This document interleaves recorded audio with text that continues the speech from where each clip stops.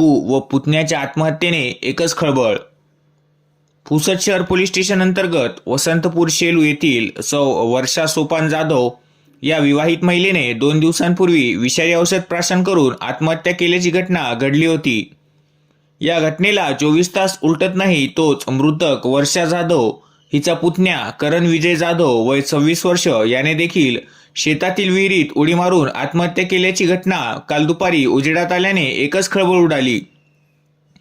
पुसद शहर पोलीस सूत्रांनी दिलेल्या माहितीनुसार वसंतपूर शेलू येथे दिनांक 21 मार्च रोजी रात्री 9 वाजताच्या दरम्यान सौ वर्षा सोपान जाधव या विवाहित महिलेने राहत्या घरी विषारी औषध प्राशन केले। सदर महिलेला तिच्या नातेवाईकांनी तात्काळ पुसद येथील एका खासगी रुग्णालयात उपचाराकरिता दाखल केले। मात्र 22 मार्चच्या सकाळी 6 वाजता सौ वर्षा हिचा मृत्यू झाला। शवविच्छेदनानंतर मृतदेह नातेवाईकांच्या ताब्यात देण्यात आला। मृतक वर्षा हिचे पश्चात 2 मुली, 1 मुलगा, पती, सासू व बराच मोठा आप्त परिवार आहे।